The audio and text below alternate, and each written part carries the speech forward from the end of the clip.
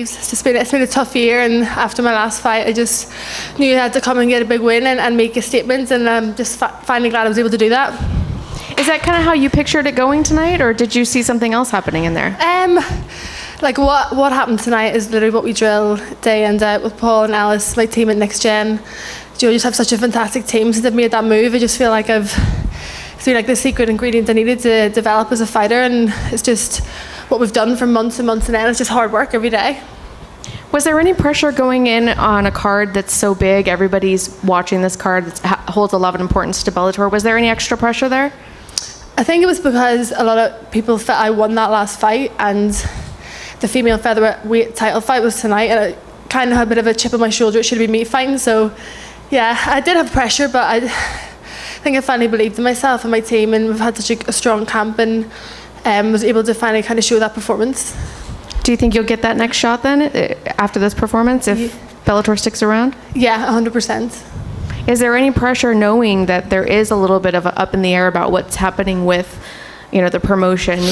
Maybe there won't be a Bellator next year. Is there anything, how do you remain positive knowing that there may not be a future? I think what I felt tonight was that I had to just focus on this fight and get a big win, and there'll be many doors open. I'm Bellator 3-3, and I want to be the featherweight champion here. It's got the best division in the world, the best female fighters, so hopefully that next fight is me and the winner of the title fight tonight.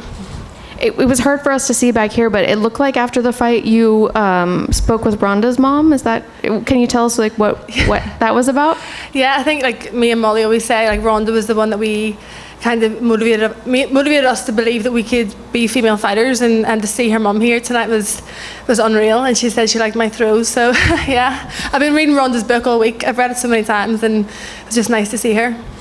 Is it interesting to know that now you're that girl that people are watching that are inspired by? Yeah, I suppose I don't really think about it like that. I just think I've got a job to do. I want to be the best in the world. I want to be the best version of myself, and that's just what I focus on.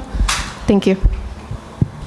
Speaking of Ronda Rousey, did you know the last time Sara McMann was finished via TKO was the Ronda Rousey fight in 2014?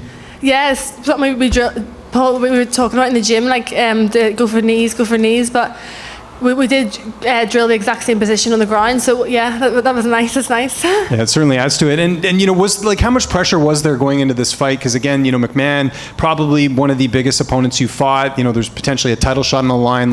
How much pressure were you feeling heading into this monumental card? I always say it from the start of my career. I've been on massive cards, main events, co-main events. Every fight is a lot. It's a lot of pressure, a lot of expectation from me, and I have to juggle being a mum. I have to leave my daughter for months on end and do 2 flights a week to get to camp, and it's I just don't want to let people down. I don't want to let my team down, my family down, my daughter down, so I think that's the biggest thing. I just want to come out here and make them proud.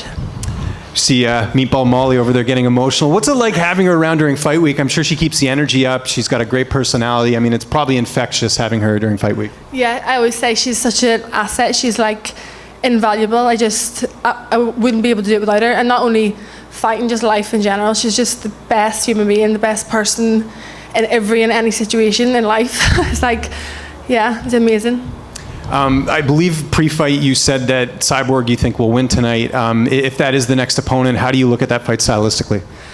Totally different to the last 2 camps. It's going to be a totally different stylistic of fight, but I really trust in my team, and at Next Gen, they're the best, and we'll come up with the correct formula to win that fight. I don't see why not. It's anybody can be beaten, and if we just prepare correctly, we can do it. And just last one for me, hanging out with Molly tonight. How are you guys celebrating? I know Molly, I don't think she'll get you in any trouble. Well, you know what she's like. Who knows where we'll end up tonight?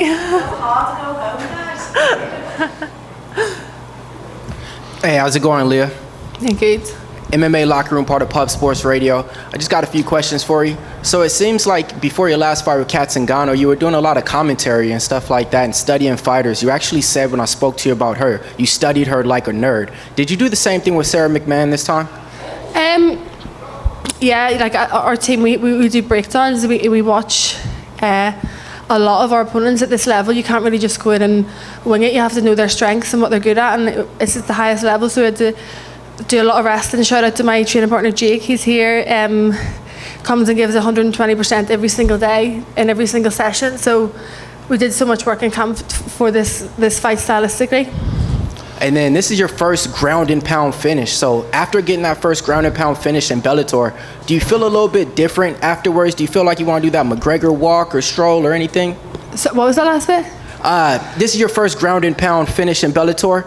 Do you feel a little bit different after getting that victory? Does it make you want to, maybe walk up and do that McGregor strut roll? No, it's just something we've been working on in camp, being a bit more vicious and looking for the finish, and rather than submissions or stuff like that. I think it's what Paul, my coach, have been working on, is trying to be more aggressive on the ground and not worry about passing too much, just trying to land big shots on the ground. And it seems like you're a trendsetter, not just in MMA, but in the fashion too. Seems like when you showed up to that Dublin event, you definitely had the outfit on that had everybody's eyes turning. So is there anybody that gives you like stylistic tips like that, or any tips you got for any women out there in the world? No, I have the most boring life ever. I sit in my apartment or I'm at the gym, so I always I'm always looking for, if I get one night out of the year, I make sure it's something nice. But thank you, that dress is my favorite. Leah, right over here, congratulations. How do you put into words a night like tonight? Louise Mackay walks out there right before you're fighting, you got your BFF Molly in the corner cheering you on, and then you pull this off against someone who's such a veteran in Sara. I mean, how does one even tell that story next year? I don't know, this has been such a hard year for me. I think I've seen some of the darkest days, and just to keep pushing through. And Molly's such an inspiration. She's come through so much in life that nobody knows about, and just being around people like her makes you believe you can just keep going no matter what shit life throws at you, and no matter what people do to you, you can just keep coming back and proving them wrong.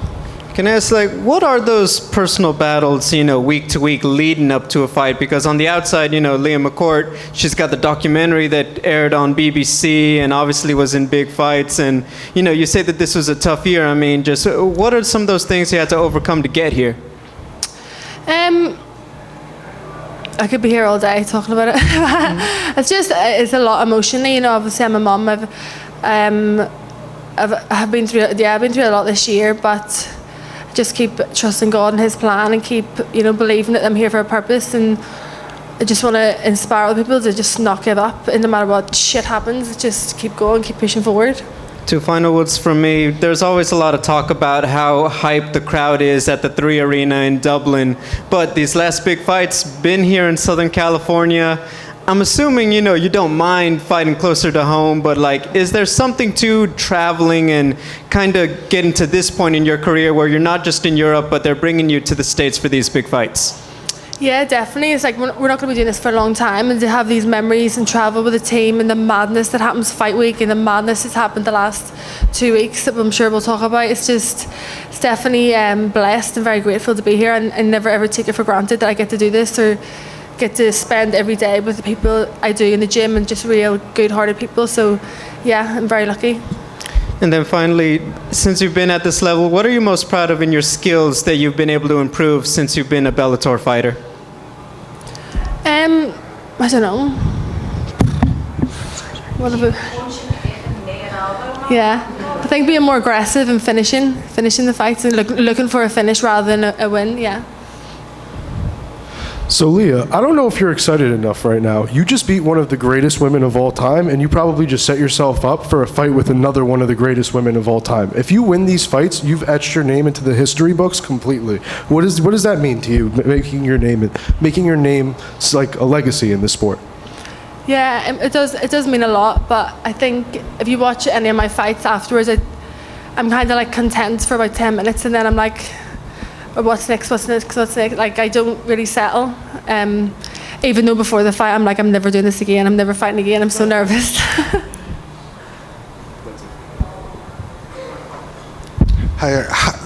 What is the most that you miss when you're out of your country fighting? My daughter, Isabella. Okay, and what is next for you for your next?